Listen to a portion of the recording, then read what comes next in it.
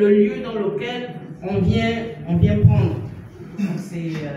Je vais m'arrêter là pour le moment. Monsieur Obam, si je ne me trompe. Roger Ngema. Roger Ngema Obam, lui, vous êtes le président du cluster cosmétique Gabon. Oui. Alors, est-ce que, bon, on a suivi avec une grande attention tout ce qui a été dit à l'intérieur, mais nous voulons que vous reveniez un peu sur le fonds de dotation cosmétique Valais, oui, les projets retenus et les critères de sélection. Nous tenons d'abord à vous remercier pour votre présence et pour la couverture de cet événement qui contribue à désenclaver ou du moins à mettre davantage la lumière sur un secteur qui est minoré par nos autorités. Or, ce secteur est créateur d'opportunités diverses sous d'autres cieux. Je prends par exemple le cas de la France, c'est la deuxième richesse, c'est le deuxième secteur qui produit le plus de marge après l'aéronautique, avec environ 200 000 emplois directs. Et malheureusement, au Gabon, la question, le secteur des PFNL n'attire pas suffisamment l'attention des décideurs. Alors, vous vous souvenez qu'au One Forest, il y a une annonce qui avait été faite, donc financer la cosmétopée dans le bassin du Congo. Elle avait été faite par notre partenaire, la Cosmétique Vallée, qui est le leader mondial en termes de pôle de compétitivité dans le secteur de la cosmétique, pour justement préserver le bassin, préserver les ressources du bassin du Congo. Comme l'ont dit certains intervenants, que une exploitation raisonnée produit plus de richesses que la coupe et très écolo également. Alors, donc, le fonds de dotation cosmétique Vallée, qui est financé par les grands groupes LVMH, L'Oréal, s'est engagé à financer ce secteur. Bon, il y avait environ 7 candidatures au niveau du Gabon et tous les pays du bassin du Congo. L'ouverture de ce fonds a été lancée le 1er août et de façon symbolique, il a été annoncé officiellement au Gabon lors de l'organisation des premières journées internationales de la cosmétopée organisées par le cluster cosmétique Gabon. Le cluster cosmétique Gabon a essayé d'accompagner quelques projets, mais j'ai envie de dire malheureusement, les 3 projets du Gabon qui avaient été retenus étaient celles du cluster cosmétique Gabon. Donc les critères étaient bien définis, notamment la pertinence, la clarté, l'enchaînement cohérent des étapes. Et nous avons travaillé d'arrache-pied, comme l'ont rappelé certains intervenants, parfois dans des conditions très difficiles, très contraignantes, avec les problèmes de délestage des coupures que nous avons connus, surtout le jour de notre présentation. Je crois quand même que notre présentation, la présentation des 3 projets du cluster cosmétique Gabon, donc l'École nationale des eaux et forêts, l'Institut supérieur chrétien d'agronomie et d'ingénierie rurale de l'Alliance chrétienne et la marque Kira Cosmétique ont été éligibles.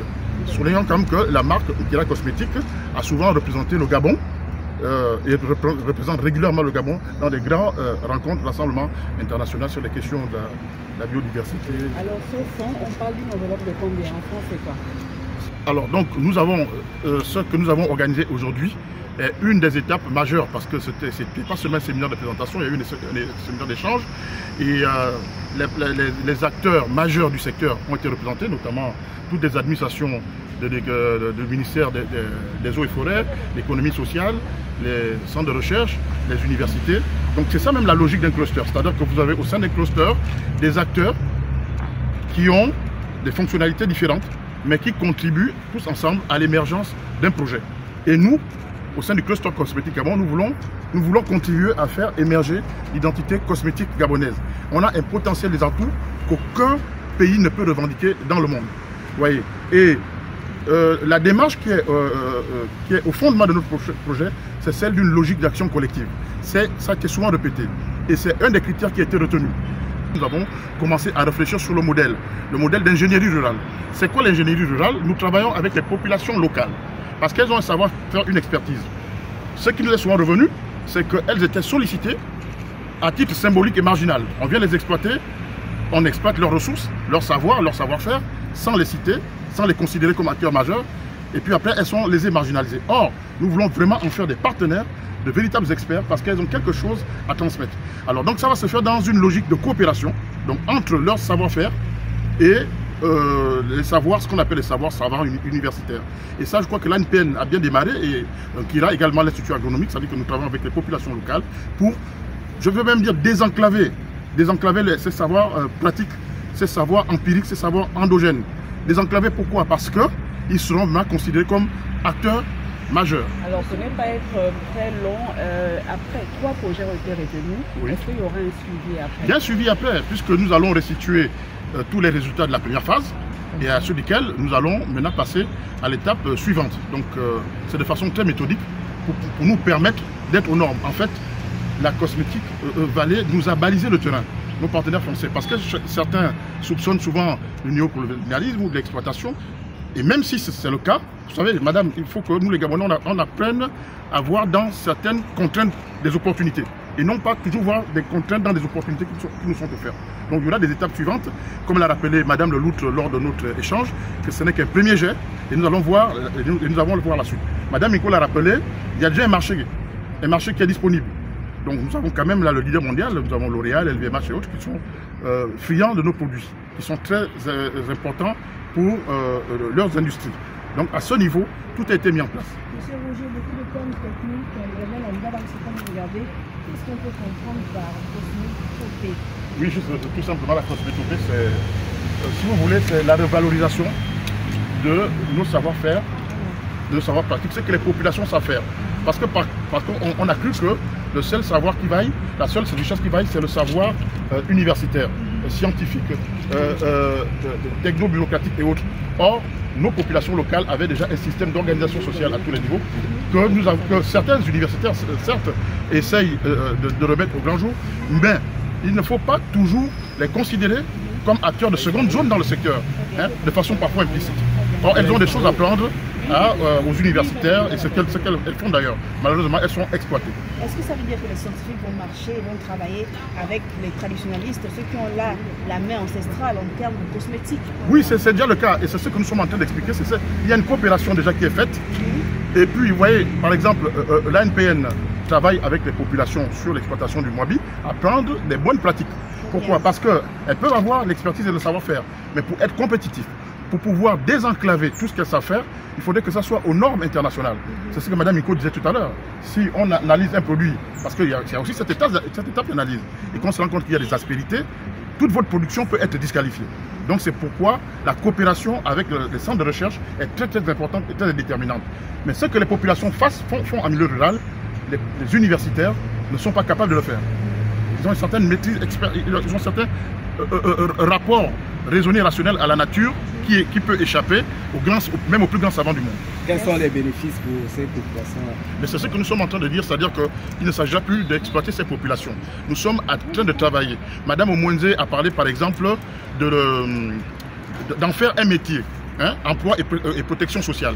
Et je l'ai rappelé tout à l'heure, lors des assises des métiers prioritaires au développement du Gabon, j'ai réussi à faire passer la cosmétopée comme un secteur prioritaire au développement du Gabon, pour permettre aux populations locales d'être bénéficiaires du travail dans lequel ils sont engagés.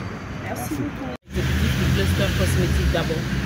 Alors votre projet Mwabi a été retenu parmi les 7 projets en liste.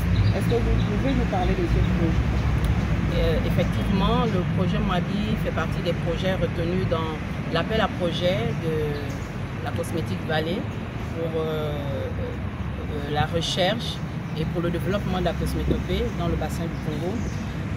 Ce projet consiste à la réouverture des routes commerciales du Mwabi, pas seulement à l'intérieur du pays, mais aussi à l'extérieur, avec un schéma qui permettra aux populations rurales qui produisent le beurre de Mwabi de pouvoir vivre dignement de ce qu'elles font. Alors, en dehors du beurre de Mwabi, qu'est-ce qu'on peut faire avec le Mwabi concrètement la cosmétopée? Dans nos usages, là on va aller dans la pharmacopée, parce que quand on parle de cosmétopée, on est beaucoup plus dans ce qui concerne la peau, les cheveux, etc. Alors dans nos usages... Donc le Mwabi dans la cosmétopée ne concerne que le beurre. Qu'est-ce que c'est la peau? Vous pouvez l'appeler beurre, vous pouvez l'appeler huile. Vous savez, il a deux formes selon la température dans laquelle il se trouve. Lorsqu'il fait chaud, il est bien il est bien fluide. Et lorsqu'il fait froid, il est un peu plus dur, un peu plus condensé. Alors, en dehors de l'utilisation voilà, en cosmétique, il y a l'utilisation en pharmacopée avec du miel. Voilà, avec du miel, il peut devenir un expectorant pour les enfants grippés. Voilà, c'est l'une des utilisations qu'on peut faire du beurre. Si vous avez un appel à faire aux autorités pour un accompagnement, qu'est-ce que vous pourrez dire? L'accompagnement que moi je peux demander aux autorités, ce n'est pas simplement sur le Moabi, mais c'est sur toute la filière PFNL, qui est en fait une économie endormie, mais une économie très riche.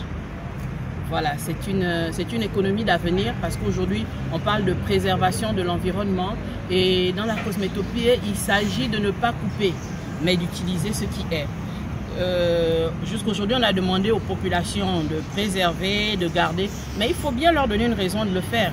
Nous, on vient dans la continuité avec la valorisation de ce qu'on garde, en utilisant les feuilles, les écorces, les fruits, etc. Tout en sauvegardant notre écosystème. Tout en sauvegardant notre écosystème. Et le gros avantage là-dedans, c'est que celui qui vend l'okoumé coupé perd, mais celui qui garde l'okoumé, qui extrait la résine et qui vend cette résine, gagne beaucoup plus parce qu'au fil des années, même ses enfants pourront faire la même chose. Je ne dis pas qu'on va faire du pays un pays de récolteurs de résine d'okoumé, mais je pense simplement que lorsque nous décidons de sauvegarder l'environnement, il faut encourager les activités qui permettent de le faire. Merci, madame. Merci. Je vous en prie. Qu'est-ce que la cosmétique vient faire avec la photo, par exemple? Qu'est-ce qu'on entend par... C'est un mot composé de deux mots. C'est ça. Qu'est-ce que ces deux mots font ensemble? Alors, cosmé pour le cosmétique et un peu comme vous l'avez dit, pharmacopée. C'est-à-dire que l'idée, c'est de savoir qu'est-ce que les peuples autochtones faisaient en matière de cosmétique. Et c'est valoriser ces savoirs-là. Donc, valoriser les savoirs endogènes en termes de cosmétique. Et nous savons que nous en avons. Hein, c'est simplement que nous avons du mal à peut-être les reconnaître. Donc, c'est peut-être un des premiers pas, reconnaître que c'est un savoir et ensuite le valoriser. Donnez-nous un exemple, par exemple, d'une cosmétique. Oh, je pense que tout le monde utilise comment ça s'appelle, le badouk, là, on appelle kaolin rouge. Vous savez, quand les femmes se marient, on va mettre du kaolin rouge avec de l'huile de palme, on va laisser la marier pendant un temps. C'est ça, la cosmétique. Pensez-vous que la cosmopée est aujourd'hui pourvoyeur d'emploi au Gabon? Aujourd'hui, non. Mais c'est un domaine dans lequel c'est un secteur d'avenir. Pour illustration, quand ce concept-là a été pensé, il a d'abord été implémenté dans les territoires d'outre-mer en France, donc notamment la Guyane. Et en moins de 5 ans, il y a des laboratoires qui se sont développés. Il y a toute une industrie qui s'est développée. Je vais vous citer comme exemple, par exemple, il y a l'entreprise Cadalis qui est concentrée. Vous savez que la Guyane, l'une de leurs principales richesses, c'est la banane. Donc il y a toute une industrie autour de la banane qui s'est développée dans le secteur cosmétique. Donc c'est un secteur qui est porteur. Simplement, il a besoin qu'on puisse trouver les leviers pour faire lancer un essor. Vous avez parlé de l'huile de Moabi et la résine de Koumé. Vous avez parlé des sorties et de quels sont les avantages, les inconvénients par rapport à ce mélange de richesses du Gabon. En termes de, on va dire, avec tout ce qu'on a, tout ce que le Gabon a comme richesse, on ne peut qu'espérer un développement réel.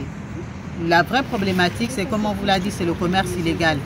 Tant que les gens continuent à travailler dans l'illégalité, c'est difficile de pouvoir emmener la ressource à ceux qui la produisent. Et surtout, il y a toujours les risques de se faire escroquer. Or, s'il y a un cadre qui est établi, chacun sait qu'aujourd'hui, il va vendre à un comptoir, par exemple, ça devient plus facile. Chacun sait à quel prix on doit vendre.